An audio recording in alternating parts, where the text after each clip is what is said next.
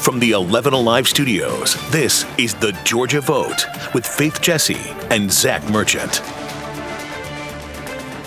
Hey, good morning and welcome to our first Georgia Vote since the race for the White House reaches its historic ending.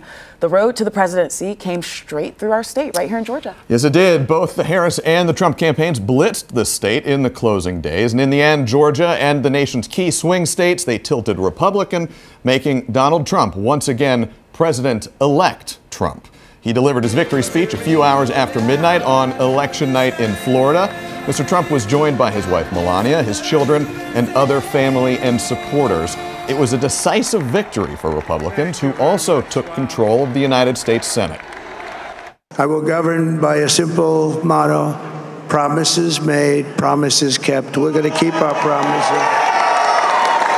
Nothing will stop me from keeping my word to you, the people. We will make America safe, strong, prosperous, powerful, and free again. And I'm asking every citizen all across our land to join me in this noble and righteous endeavor. That's what it is. Trump's victory made history. He's the second ever president to win 2 non-consecutive terms, the other being President Grover Cleveland back in 1892. Mr. Trump is also on track to be the first Republican to win the popular vote since George W. Bush in 2004. And at 78, he would be the oldest person elected president. Joe Biden, currently the oldest sitting president. And Donald Trump is the first person elected president who was found guilty of felony crimes, convicted in May in a New York hush money case. Many Republican lawmakers offered their congratulations to Mr. Trump, among them Georgia Governor Brian Kemp. Mr. Trump has in the past criticized Kemp, particularly after Joe Biden narrowly won Georgia in 2020. But eventually, Trump made his support of the popular swing state governor a staple of his campaign stops, particularly here. And in a post to X on Wednesday, Governor Kemp said, quote, "We look forward to working together to put hardworking Americans first and get our country back on track."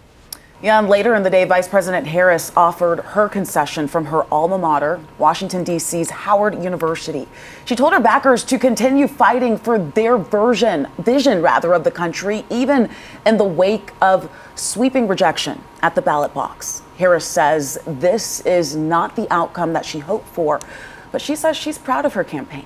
Over the 107 days of this campaign, we have been intentional about building community and building coalitions, bringing people together from every walk of life and background, united by love of country with enthusiasm and joy in our fight for America's future. The vice president says she plans to work with President-elect Trump and his team to ensure a peaceful transfer of power on January 20th. Now, just hours after the networks called the race for Donald Trump, we hit the streets of Atlanta to get your reaction. I don't think it's acceptable that so many people think that what Trump is doing and what he wants to do is okay, but I also don't know what I can do about it. I think there's a lot of potential, so hopefully we can get some of the poison out of our food, get some of the budget out of the government, make things more efficient, make things better. So we'll see. Time will tell. Everybody who didn't vote, you should have voted. That's all I have to say. Kind of scary. Just think that a lot of people believe that he's like appointed by God and stuff like that, and I'm just not really in agreement with that. People I've talked to, that's who they seem. They're not really happy with where everything is right now. That kind of feels like it was 4 years ago, with COVID. People aren't happy. They want change. My guess happens again in 4 years, changes again. You can watch the full post-election remarks from President-elect Donald Trump, Vice President Kamala Harris, and President Joe Biden right now on 11 Alive Plus. It's free to download on your streaming device. Just search 11 Alive on your Roku, Amazon Fire, or Apple TV device. And it is a historic comeback for Donald Trump here in Georgia, flipping the state from blue back to red. And it also marks a dramatic reversal of his 2020 results here. Trump lost the state 4 years ago by the narrowest of margins, less than 12,000 votes, propelling Joe Biden to the White House. This time, a very different story. Mr. Trump carrying Georgia by more than 100,000 votes. We talked with two political experts, one Democrat, one Republican, both regular guests here on the Georgia Vote, about what happened and what it means for their parties. Relief and a lot of validation. Remarkable, honestly, and shocking, because we had gone in thinking it was going to be a much closer horse race than it really turned out to be. Fal Sabak, a Democratic strategist, and Spiro Amburn, a Republican strategist, reacting to a dramatic election night in Georgia. What worked for Republicans in Georgia this cycle? Turnout. Donald Trump expanded those margins in rural counties. He shaved Joe Biden's margins from 2020. Amburn arguing the race came down to two key issues. It was the economy and public safety. Democrats now begin the process of trying to make sense of a stinging loss in a state they hoped to carry. What went wrong for Democrats in Georgia this year? We knew that women were going to come out in full force. I think just hitting them with just the abortion talking point might have not gotten them to where we needed them to be, which was to vote for us. But Sabak cautions just hours after the race was called, it's still too early to point to one singular tipping point. It's not just one factor is going to get you to 50%. You have to have a bunch of different variables. For Republicans, now their attention turns to Inauguration Day and what happens next. Trump has to govern. I think he has a golden opportunity. And while Mr. Trump did carry Georgia decisively this year, we are still a closely divided state. With about 99% of results reported, the former president and now projected president-elect looks to carry Georgia by about 2%. And even with record turnout ahead of Tuesday, the race was called here in Georgia at 12:35 a.m. Wednesday. Secretary of State Brad Raffensperger says this was a result, in part, of having millions of mostly early votes processed within about 4 hours of polls closing. Yeah, on Tuesday night, the secretary emphasized an efficient count was a priority for his office. But at the end of the day, if you look at what we did and accomplished in Georgia, I want you to think and ask yourself, what other state in America actually had today an average 3-minute wait time that got as low as 1 minute for many periods of the day? What other state in the country had a 49-second check-in time so that you had end up with less than a 5-minute wait time during the whole process, and you're voting in and out the door in 10 minutes, things like that? I can't think of another one. I know of no other one, and neither do you. Yeah, so the First Network called the national race for Donald Trump around 2 a.m. Wednesday. This is much quicker than 4 years ago. In 2020, it took 4 days to call the race as the country waited for Pennsylvania to finish counting mail-in ballots. On a Saturday morning 4 years ago, President Joe Biden was officially declared the winner. Compare that to back in 2012, which was actually one of the fastest results. 12 minutes after the last polls closed in the U.S., networks called the race for Barack Obama over Mitt Romney. The longest wait for a presidential winner in modern times, that came back in 2000. It was the year of the hanging chads in Florida that left the fate of the race to the Supreme Court. 36 days later, the justices stopped the recount. Republican George W. Bush won the Electoral College and presidency, even though Democrat Al Gore won the popular vote. Well, once again, Georgia was in the presidential spotlight. Coming up, we will dive in deeper into the state's role in Donald Trump's victory with the Atlanta Journal-Constitution's Washington correspondent, Tia Mitchell. And later, our first voice of the voter after Tuesday's election shares what he hopes will happen now that Donald Trump is headed back to the White House. Stay with us.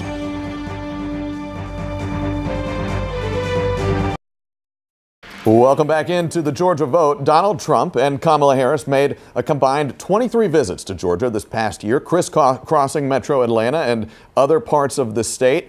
In the end, it is Trump taking the 16 electoral votes of Georgia on his way to winning a second term as president.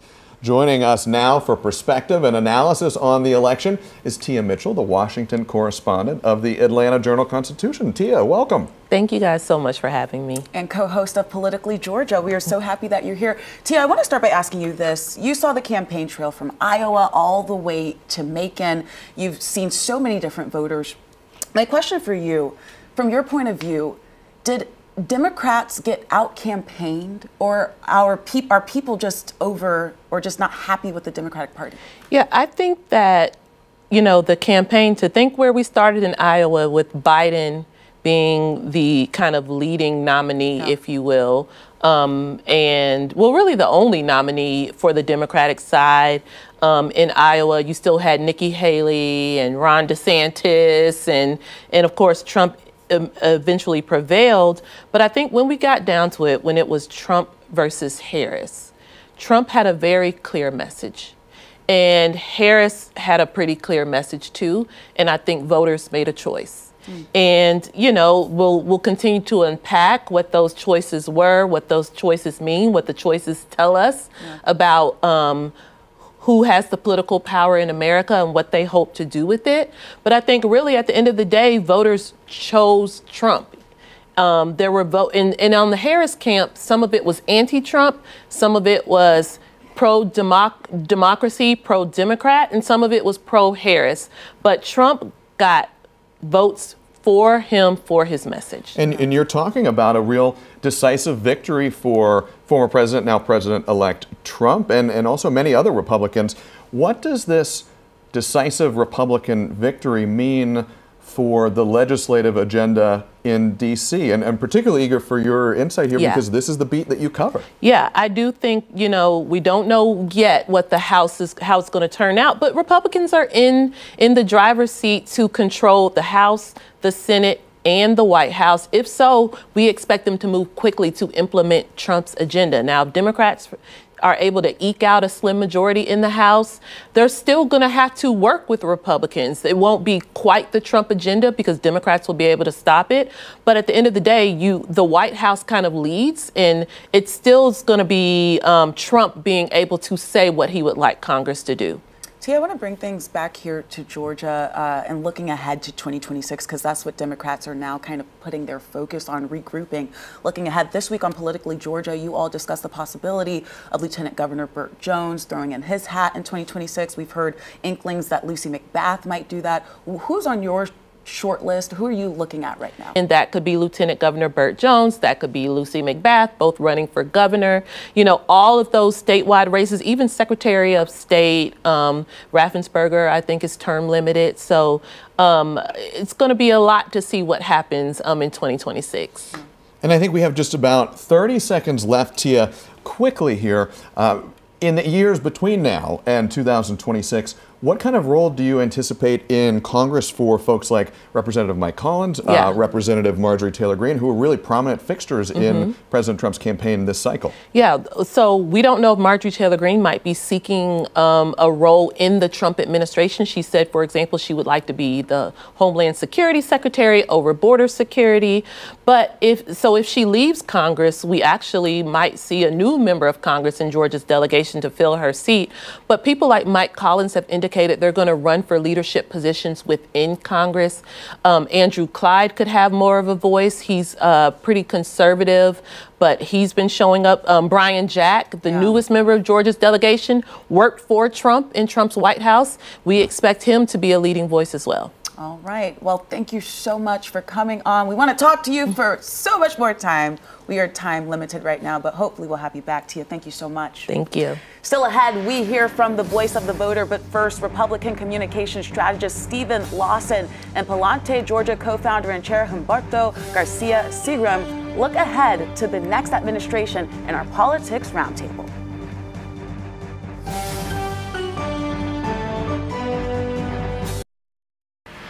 Time now for our political roundtable. Today we have Humberto Garcia Segram, the co-founder and chair of Palante, Georgia, and Republican communication strategist Stephen Lawson, both returning panelists. Welcome back, gentlemen. First, I want to get your initial thoughts from the election. Humberto, we'll start with you. Well, shocker. I mean, what I was telling friends going into it was it's likely going to be close, but there's a chance Harris will win in a big way, and that certainly didn't happen. Stephen? Yeah, I think it was a resounding rejection of the last 4 years of the Biden-Harris administration. When you look at the economy, when you look at inflation, cost of living, the border situation, you go down and down the list, and I think really it was just a ticking time bomb for Democrats, and I think Tuesday night was very eye-opening for a lot of people. And Stephen, you have lots of experience in Georgia Republican politics. This is a decisive win for Republicans here in our state and around the country. What does the results of Tuesday night's election, what does that mean for the Georgia Republican Party moving forward? I think for the Georgia Republican Party and Republicans at large, it means we've got to get to work. We have to get to work delivering on the things that we promised on the campaign trail in terms of lowering costs, securing the border, instilling strength on a world stage. We've got to deliver. The American people are looking, they're listening, and that's what they expect. And with a unified government, now is the time to do that. Yeah. Humberto, I want to ask you this. I mean, Democrats are saying that, Monday morning quarterbacking here, they have to take a step back, reassess what went wrong. In your opinion, what do you think they could have done better? What did they get wrong here? Look, I mean, it's so early, and we need time to really digest and understand and look at the data.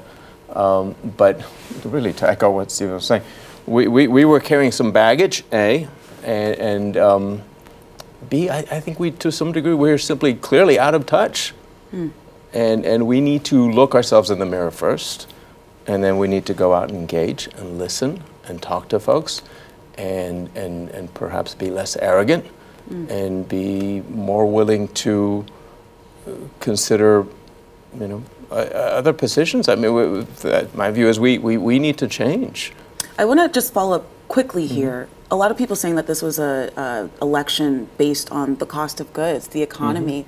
But of course, there are still some moral issues at stake. Humberto, how do you feel about that specifically? And I ask because I know that you have some tight connections here. Yeah, look, I'll share two quick things. One, I have a transgender daughter, and so we look at this through that lens. And frankly, what I would say about that is simply that the fear-mongering was absurd. And these issues are not black and white. And we don't make the effort to think about them deeply enough. And I think if we do it, and when we will, we will get to a better place for everyone. Second thing is, what I fear is we've embraced, or some folks at least seem to be embracing, a culture of toxic masculinity. And I shared something on social media a few days before the election, and what I was getting from some folks in my feed is, well, that's just how men talk on the golf course. That's what they're talking about. That's not how I talk about women. That's not how my friends talk about women. And I sure hope if you're a man and you have a daughter or a sister, that you don't talk about that way either, because they will be talking about your daughter or your sister that way. It's not okay. And so that's my concern going in. Now, we'll see what happens.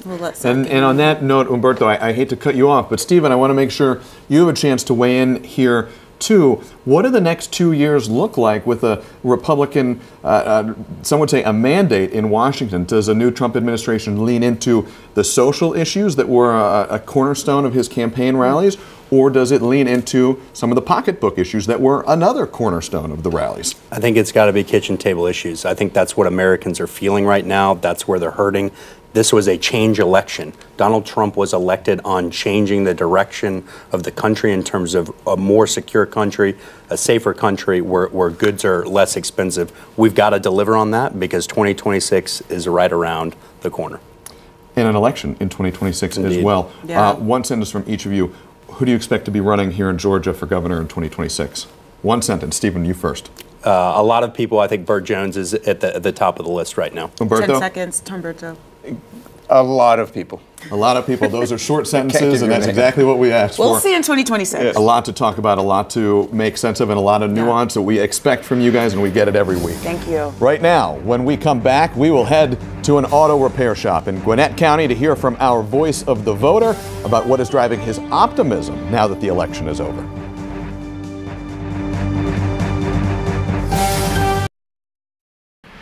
Well, the election is now over, but our mission to keep everyday Georgians at the center of the political conversation never stops. Now, as always, you can't have the Georgia vote without Georgia voters. This week, we spent some time with Arturo Robles at the auto shop he runs in Lawrenceville. We talked about what drove his vote this year and what he hopes happens in a new Trump administration. We need to change the AC condenser, the radiator. This is 88 Auto Body Shop. We started this business in 2016. You make it look easy. It's not. What's the secret to making a business like this work? To be honest, the tools, the paint is very important. But the best important is the people that you have around you. So we just had a big election. When you were going to cast your ballot this year, what were you most worried about? First, for the country, I need to do the election what I think is the best for USA.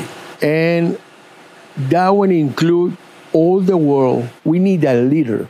The result is according to what I want. You were happy to see Donald Trump win this race? No happy. I'm so happy, extremely happy.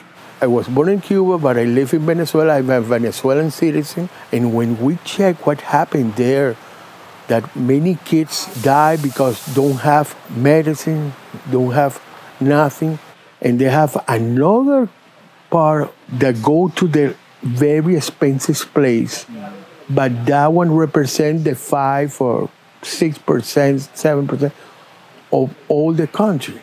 You were afraid of seeing what happened in Venezuela happen here. Yes, maybe will not be in the next few years, but the way that it's running is like that. Another very important, I think that every person that come here for immigration, and I think the state need to check the background for each person. The bad person that is not good to us, go back. You cannot be here. And you say that as an immigrant yourself. Yeah. When you heard Donald Trump's message about immigration, when you heard him talk about securing the border, yes, you like that. I love that. We always end with this. What are you most optimistic about? A lot. And I really feel that the economies will be better. And Robles says he came to the United States from Venezuela in 2007, became a U.S. citizen around 2012. In addition to the economy and immigration, he told me his opposition to abortion and concern about ongoing wars in Gaza and Ukraine influenced his support for Donald Trump. A very interesting conversation. Zach, thanks so much for bringing it to us. And thank you all so much for watching us today. We hope to see you back here next Sunday at 11 for another edition of the Georgia Vote.